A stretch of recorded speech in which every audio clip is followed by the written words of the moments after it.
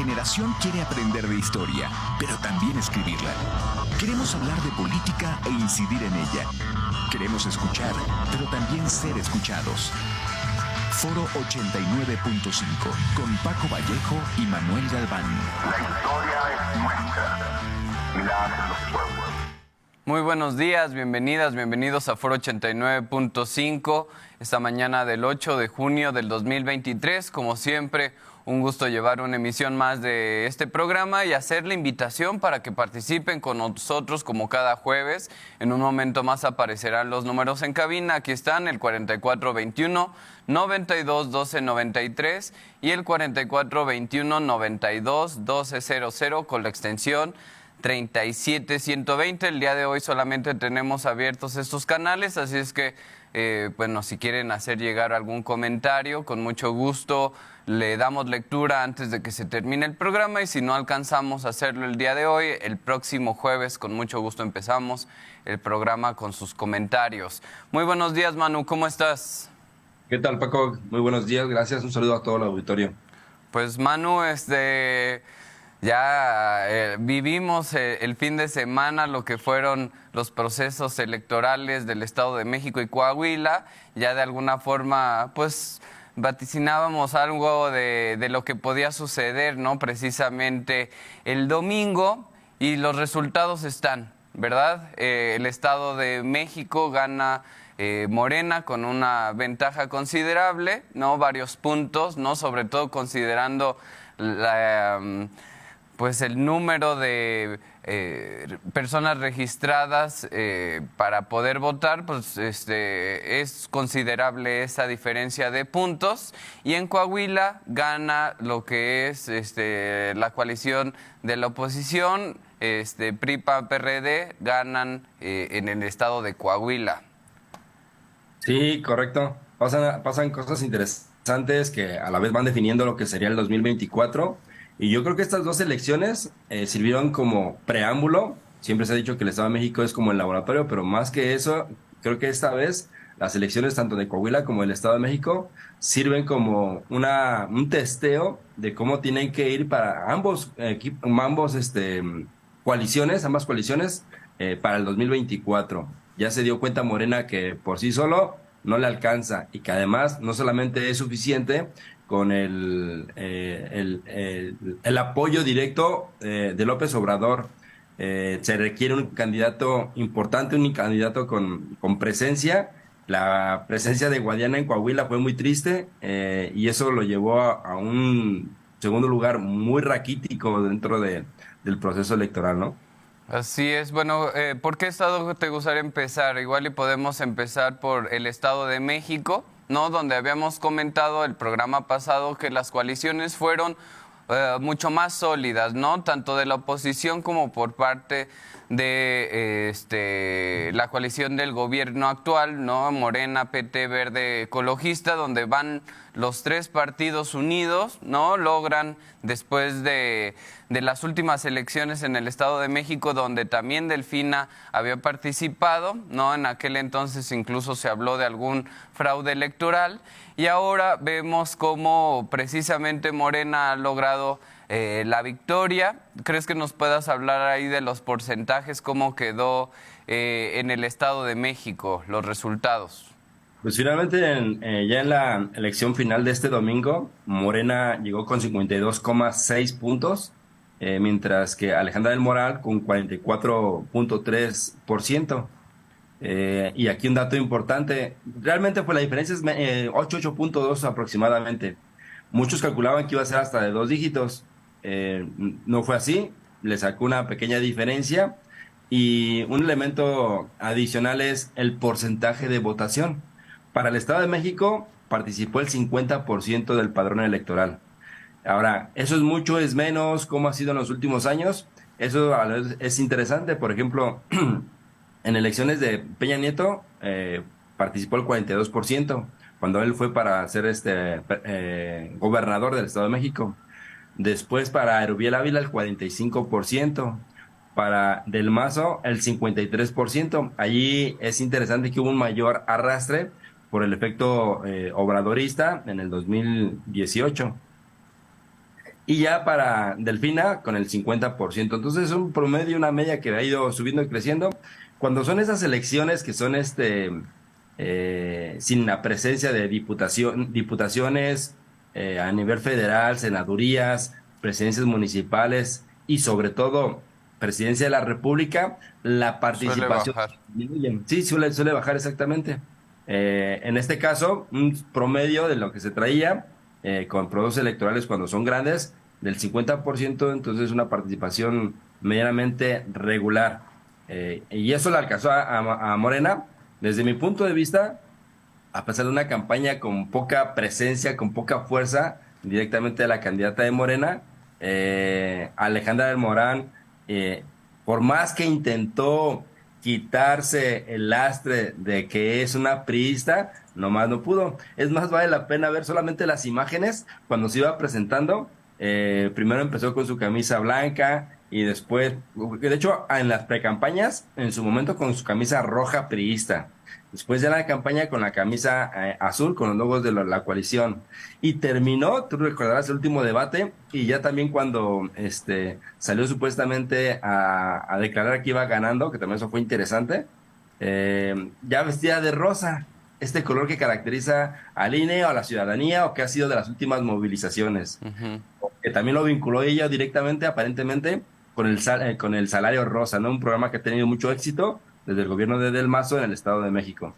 Sí, aquí también lo que se manejó en algunos medios, incluso las declaraciones de algunos políticos con cierta relevancia en los partidos de oposición, pues hicieron críticas fuertes incluso a Del Mazo de que cómo era posible que no hubiera hecho más por sostener el Estado de México. Y aquí sí llama la atención porque este llamado, esta molestia hacia el Mazo, pues me parece ilegal, ¿no?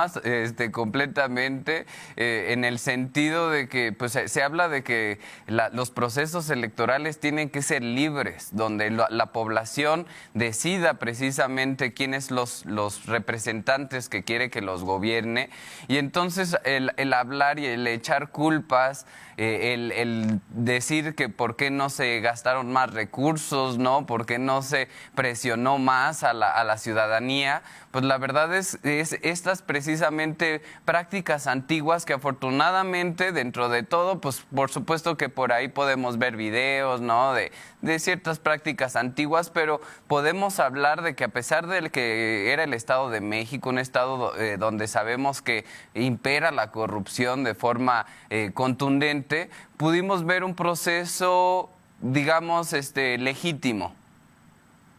Sí, totalmente. También yo creo que vale la pena. Recordaremos la elección de cuando estuvo Del Mazo como candidato. Hubo una cantidad de acciones sucias totalmente, cabezas de puerco aventadas en las calles, amedrentación, campaña en redes sociales. Fue una campaña totalmente sucia. Y lo triste y lo preocupante a la vez era que en ese entonces la presidenta del PRI era Alejandra del Moral. Y como candidata se pensaba que iba a haber un mismo actuar. Afortunadamente no se dio eso. Creo que sí se empezó a visualizar un abandono a la candidata de Alejandra del Moral. Tristemente, no solamente el gobernador, también los líderes de los partidos como en su momento empezó a marcar la línea y se fue quedando un poco abandonada. Se veía ya creo que desde el inicio la situación para esta candidata que no logró. Sí logró técnicamente disminuir la diferencia. Creo que al arranque de la campaña era mayor. Otro papel ahí creo que vale la pena también mencionar son el juego de las encuestas. Cómo quedaron posicionadas, porque es impresionante que había encuestas que daban diferencias de 10 hasta 20 puntos. Unas iban hasta de 5 puntos, donde colocaban a Alejandra del Morán Ujú. entonces, 15 puntos de diferencia en las encuestas, hay algo mal en el método, hay algo mal que está ahí sucediendo. Y si no hay esa claridad en las encuestas, ¿con qué datos vamos a analizar el 2024? Tan solo el Instituto Nacional, el Instituto Electoral del Estado de México registró, por ley tienen que registrar las encuestas, 120 encuestas. Ellos decían que había como dos en promedio por día durante el proceso electoral. Ujú. Muchas de esas eran totalmente de empresas patito que ni siquiera existían o que jamás se habían hecho encuestas. con el objetivo de precisamente de tratar de inflar a un candidato, a una candidata, beneficiándola mediáticamente. Así es, bueno, sabemos que las encuestas, pues este problema no es nuevo, ¿no? Definitivamente dependiendo quién contrata, quién está detrás de las encuestas, pues siempre tienden a inflar o desinflar a ciertos candidatos, ¿no? Entonces sí, como bien comentas, es cómo puede haber un acercamiento mucho más certero de cómo va el sentir de la población respecto a los procesos electorales. Será muy interesante y tal vez incluso que si hubiera una regulación por parte del INE, no sé, como para tratar de evitar que el sesgo por parte de las encuestas pues sea tan amplio como bien comentas. Sí. Esto en el caso del Estado de México, ¿no?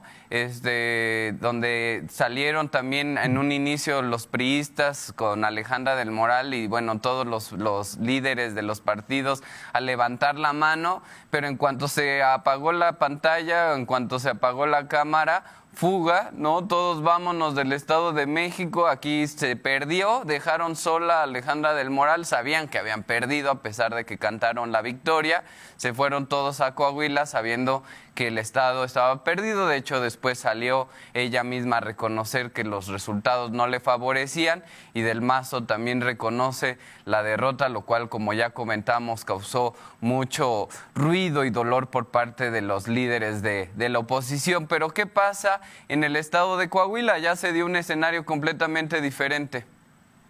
Sí, totalmente, al menos hasta donde cerró el PEP como tal, de Coahuila.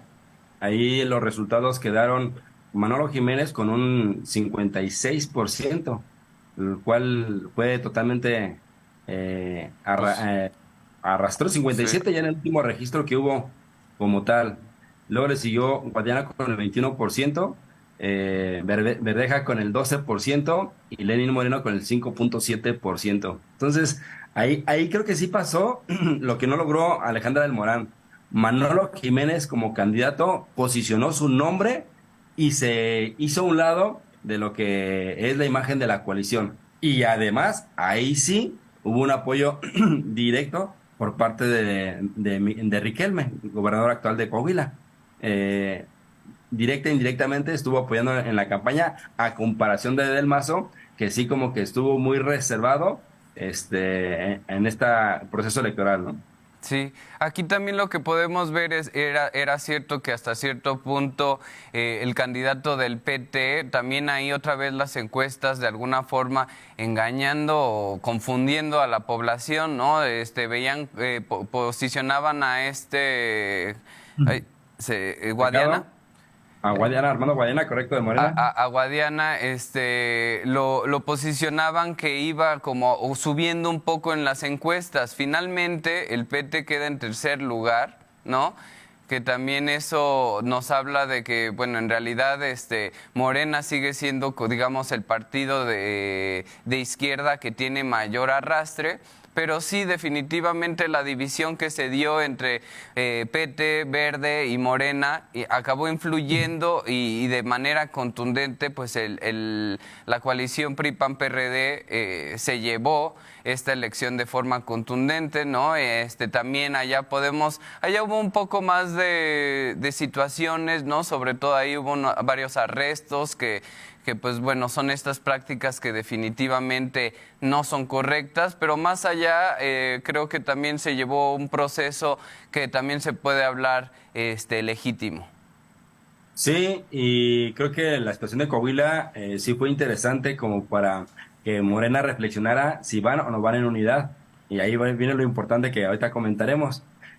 Coahuila como tal, si sumamos lo que fue Morena, PT y el Verde, con Lenín Moreno, le llegaron al 46%. O sea, Manolo Jiménez con la mano en la cintura logró más del 50% y ni aunque hubieran ido unidos, al menos ya al final de la elección, hubiera alcanzado. Ah, Sí, ah, ahí creo que, perdón, ahí creo que la campaña de Armando Guadiana fue muy mala.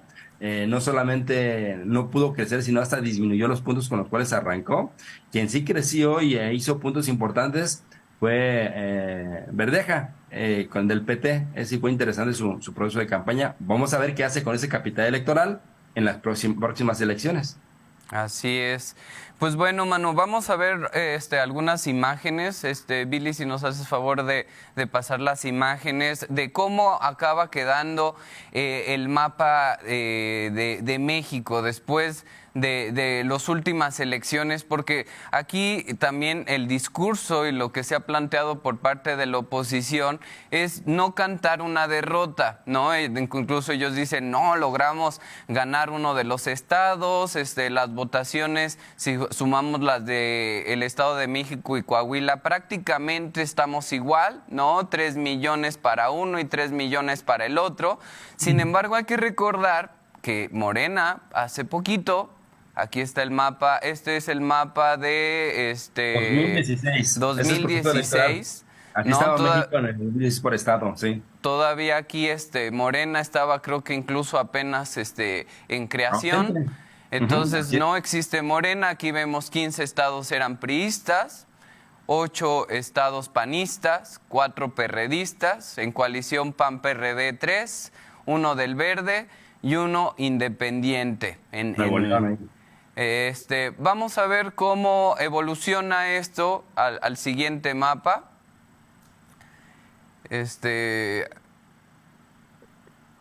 El otro, Billy, por favor, ya es el último. Sí, es 2021. Muy bien, aquí tenemos el mapa electoral del 2021. Sí, sobre todo aquí es cuando se llevó, creo que su mayor derrota el PRI, ¿no? Pierde la mayoría de los estados, ¿no? Aquí ya vemos un mapa completamente diferente, ya se está pintando de guinda prácticamente todo. Ahí, bueno, vemos Coahuila, Nuevo León, San Luis Potosí, ¿qué otro? Querétaro. Tamaulipas todavía aparece entonces. Tamaulipas, Chihuahua. Yucatán, Quintana Roo, también Guerrero. Bueno, varios estados todavía estaban. Perdón, Paco, y recordarás que en esta elección es que es algo interesante cómo la oposición, o al menos los líderes actores de la oposición, les han dado descalabrada tras descalabrada y ellos han logrado armar el discurso de triunfo, de perdimos menos, de ganamos. Esto que comentas todavía en el Estado de México, ya al siguiente día después de que regresaron de Coahuila, empezaron a jugar con los números, esto que comentas de si sumamos las votaciones de participación en Coahuila y el Estado de México, realmente no hay una diferencia, es mínima, y el PRD aportó tanto por ciento de votaciones, así es que no somos partidos chicos. El PRD, por Dios, perdió el registro en el Estado de México y en Coahuila. Sí, en los dos estados pierde el registro el PRD, no alcanzó. Entonces, creo que ese es el gran problema de la coalición, en este momento en el cual ya empieza y ya se les está adelantando Morena con la agenda para el 2024 y todavía la coalición o la oposición como tal está intentando explicar o entender el por qué está sucediendo en el proceso electoral.